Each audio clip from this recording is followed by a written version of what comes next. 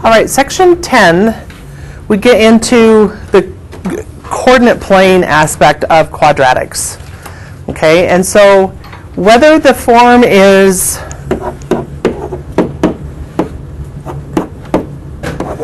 something like this, or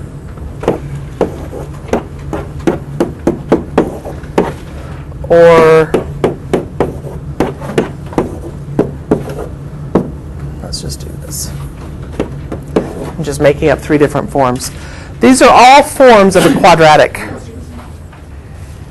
They're all forms of a quadratic. Tomorrow we're going to learn what the different forms mean. This is the standard form, this is the factored form or the intercept form, and this is what we get when we complete the square, which is called the vertex form. Okay, we're going to learn those tomorrow. But regardless of the form, these are all examples of quadratic equations, or the quadratic form, which just means that the greatest exponent you're going to find in these is 2. Okay, when I convert each of these to standard form, they're all going to have an x squared term. It's not going to be x cubed or x to the 4th or x to the 6th, x squared. And it's not going to be just x, because if it's just x, what does that graph look like? 2x plus 7 equals 3. What does that graph look like? It's just x. Line. Those are all lines. We've learned all about lines so far. Okay. Now we're going to learn how to graph quadratics, which means that it's an x squared term, not just an x. Okay. And all graphs of quadratics are parabolas. All of them. Okay. Some of them may open up, some of them may open down, some of them may be really wide, some may be really narrow, some may shift left and right, but they're all going to be parabolas. Just like when we did absolute values, what are all of absolute value functions? What do they look like when you graph them? V's. Yeah, all absolute value functions are V's. All functions that just have x as your greatest exponent are lines. All functions that have an x squared are parabolas. Okay, so you get to an ACT question, or you get to NWEA question, and they say, pick the graph of this line, and you see right away it's a quadratic. You can eliminate anything that's not a parabola. And then if you have 2, that's where this section is going to come in, is what does the parabola look like? Okay, so with a parabola, parabolas are U-shaped. Absolute values, remember, are V-shaped. They come down to a point. Parabolas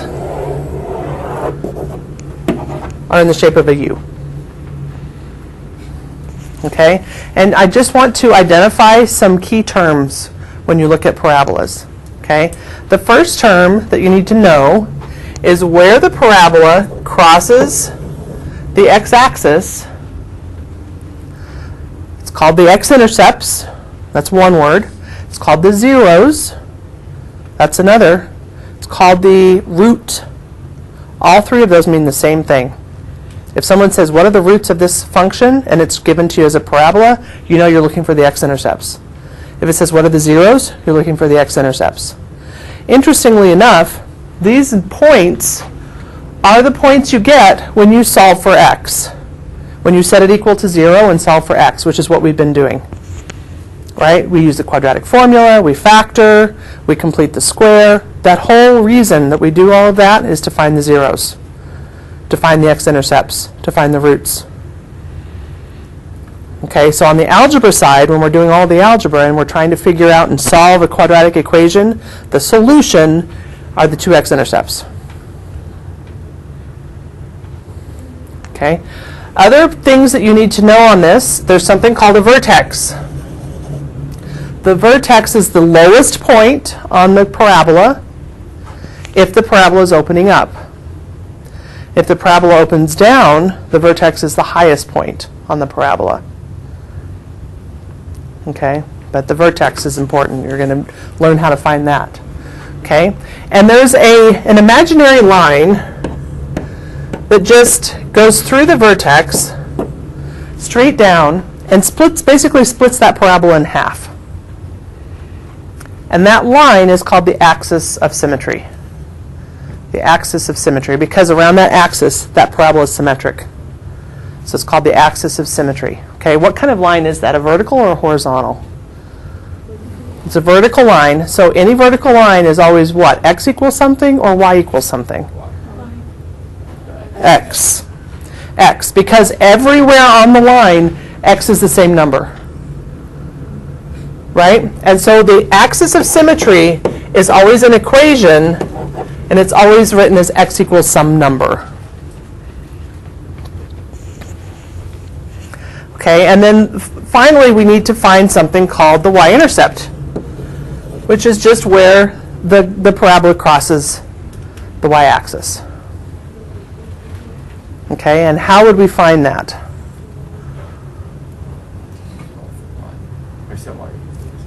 You're close. I wouldn't set y equal to 0. It's x. Because on the y-axis, x is 0. Right? And so to find the y-intercept, you're gonna set x equal to 0. Okay? Now, if I'm given, let's just try this out here. I'm given this quadratic standard form, because all of the terms are on one side, and it's not factored. That's standard form. ax squared plus bx plus c. Okay? I'm given this, and I want to find all of those points that we just talked about. I want to find the x-intercepts. I want to find the vertex. I want to find the axis of symmetry, and I want to find the y-intercept. Okay? Each form that we have, whether it's factored form, which is called intercept form, completing the square when we do that, that's called vertex form, this is called standard form, each one of them has a different process in finding all three of those. You can get the same numbers or the same values for all three, but if they're in different forms, you use a different strategy. Okay, if it's in standard form, and I don't want to factor it, and I don't want to complete the square, I just want to find all of those things, and it's in standard form. Okay, to find the x-coordinate of the vertex, which is also where the axis of symmetry comes in, right? To find that, we use this formula.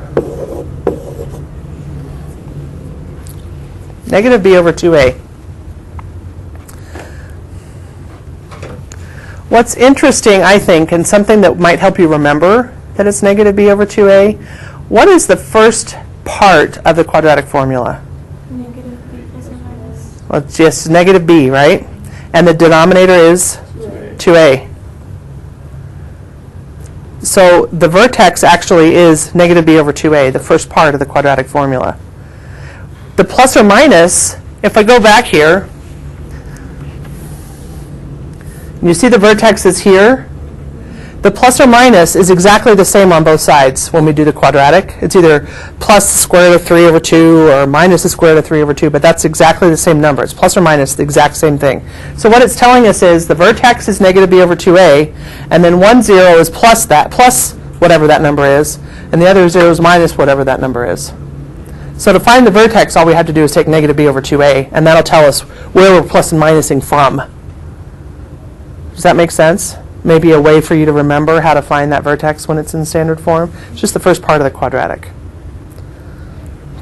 Okay, so looking at our problem here, negative b is 1, so negative 1, over 2a, a is 1. So our vertex, the axis of symmetry, remember it's always an equation, is going to be the line x equals negative 1/2. So I'm going to go ahead and get that started here.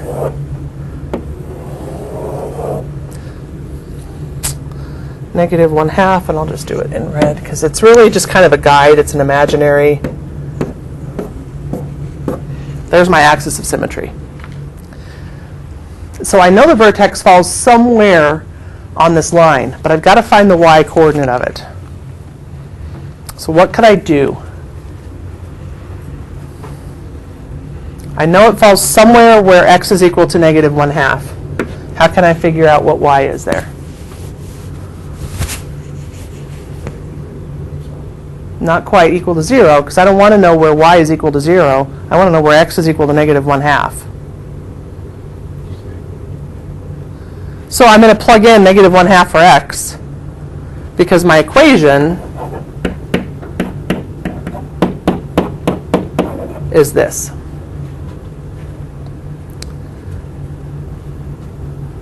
So I'm just going to erase that so I don't confuse you. So if I can put in negative 1/2 for x and figure out what y is, that'll tell me where my vertex is on this axis of symmetry. Okay, so I'm going to say y still because I don't know it, but I'm going to make negative 1/2 in for x here, and here I'm just going to subtract 1/2 rather than add a negative, minus 6. And I'm going to solve for y. So what's negative 1/2 squared?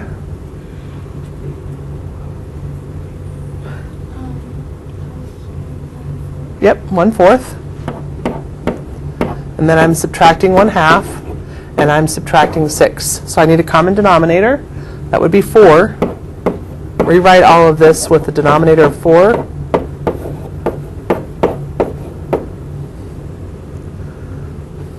This is what y is going to be equal to.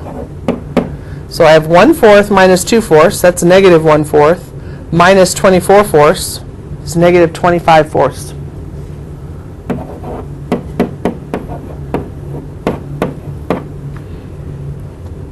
Which is what? A little more than 6. A quarter more than negative 6. Right? Because 4 goes into 25 6 times with a remainder of 1/4. So it's negative 6 1/4. 1, 2, 3, 4, 5, 6 1/4, and it's at negative 1/2. So there's my vertex. So I've got my starting point at the parabola.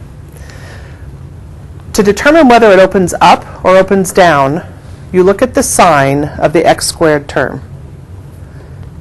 Okay, if the sign of the x squared term is positive, it opens up. If the sign of the x squared term is negative, it opens down. So I can see right away from this function, it's going to open up. Meaning that vertex I just found is going to be the bottom of the parabola, and it's going to go up from there. Okay, so another thing that would help me, now that I have my vertex, is to find my zeros, my x-intercepts, my roots. Okay, when it's in standard form, there's 3 ways to do that. Factor, complete the square, or use the quadratic formula. One like this, hopefully you see right away it can be factored. But if you don't see it right away, jump to the quadratic if that's what you want to do. That's fine. Okay, but using the quadratic formula, when you find your solutions, that's what you're finding are the x-intercepts, where it crosses the x-axis, the zeros, the roots. Okay, so I can factor this.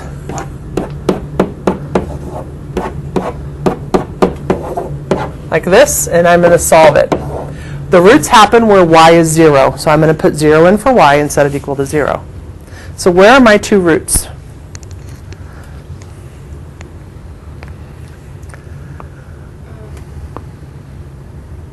How do I solve that?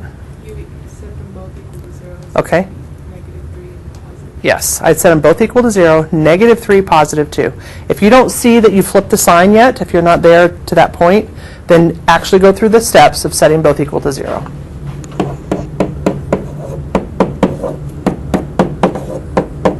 So this is negative 3, positive 2. Okay, negative 3, positive 2. 1, 2, 3, 1, 2. There are my zeros. The interesting thing, and we're going to learn a little more about it tomorrow, but if you know the zeros, you can find the axis of symmetry. It's just the midpoint between those two. Right? And how do you find midpoint? You add the numbers up and divide by 2. Right? So I have negative 3 plus 2 is negative 1 divided by 2 is negative 1/2. That's where I found my axis of symmetry to be, was negative 1/2. So there's a way you can check that. Once you find your zeros, you can see, is it the midpoint? Did I find the axis of symmetry correctly? Does that make sense? Okay. Something else that might help me in this now, I've got my axis of symmetry, x equals negative 1/2. I have my vertex, negative 1/2, negative 25/4. I have my zeros, negative 3, 0, and 2, 0. But I really don't know I mean, I can see that it's going to go through these, but it'd be nice to have a couple more points. So one point I could get is the y-intercept. I find that when x is 0. So I'm going to use this equation here, y equals x squared plus x minus 6. Put x to be 0, and the y-intercept is negative 6. You see that? The interesting thing, when we do lines and you're trying to find the y-intercept, it's always the constant, right? It's going to be the same thing here. If your equation's in standard form, your y-intercept's always the constant. Okay, so the constant's negative 6. So I know the y-intercept has to be negative 6. 1, 2, 3, 4, 5, 6. There's 1. And once I find one point, all I have to do is mirror it across the axis of symmetry to find the other. I don't have to do any more substitution, because the axis of symmetry, by definition, is the midpoint or the midline of that whole parabola. So if I know one point on one side, I can find one point on the other, which will be at negative 1, negative 6, because it's 1/2 between them. Right? And now I've got a little more information, and I can go ahead and draw my parabola. If I'm not real sure about the shape, I could just pick another point, just plug in any number for x, and then just mirror it over that line to find the other point. So x squared plus x minus 6 looks like this if you graph it. If you go to Desmos or use your graphing calculator, you can always check these and make sure you're on the right track. Okay, so today we're really just learning parts of the parabola. Tomorrow you're going to learn how to find all of those parts, if it's in standard form, vertex form, or intercept form. We're going to learn strategies tomorrow for that. Okay, I am going to go ahead and give you your quadratic project that I talked about last week today. You'll really need to know the information for tomorrow before you can finish it, but you can at least get started. And what I've done with the project is everybody has their own quadratic, and I've written it on top of the instructions. Okay, you have your own quadratic. So everybody's graph's going to look different. All of your information is going to be different. You're doing this on your own. This will take the place of a quiz over these 3 sections, 10, 11, and 12. So there's no quiz. There's just this. It will be due next Monday. So you have a week and a weekend. Okay? And I'll just talk about it for just a minute. We'll pass that out. I also have a rubric of how it will be graded, so you can follow this and make sure you've got all of the pieces to it and what everything is worth. Okay, so to look at this project, before you jump in and start your poster, and I'll put my poster up for everybody to see so you can kind of see what I'm looking for. Just put it over on this.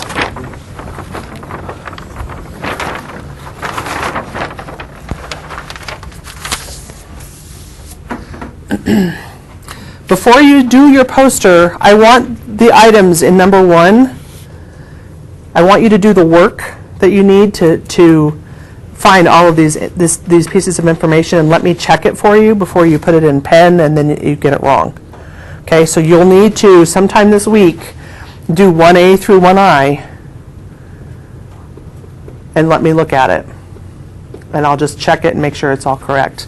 And I'll tape this up. Then you can start work on your poster. Okay? The piece in the middle, which is the parabola project on GeoGebra, maybe on Wednesday I might just do a quick GeoGebra tutorial. It's a free app that's available. It's on your Chromebooks now. You're going to want to use GeoGebra to graph your parabola and then identify all those key points for me. Okay. If you choose not to use GeoGebra, then you're going to have to graph it on graph paper and just make sure that it's accurate and perfect. GeoGebra is kind of a nice tool because you can just type in your quadratic and it'll graph the parabola for you. And then all you have to do is identify the pieces that you calculated in section 1A through 1H. Okay. Again, this will be a quiz grade. Okay. Let's go through the textbook check, and then I'll turn you loose on your classroom problems.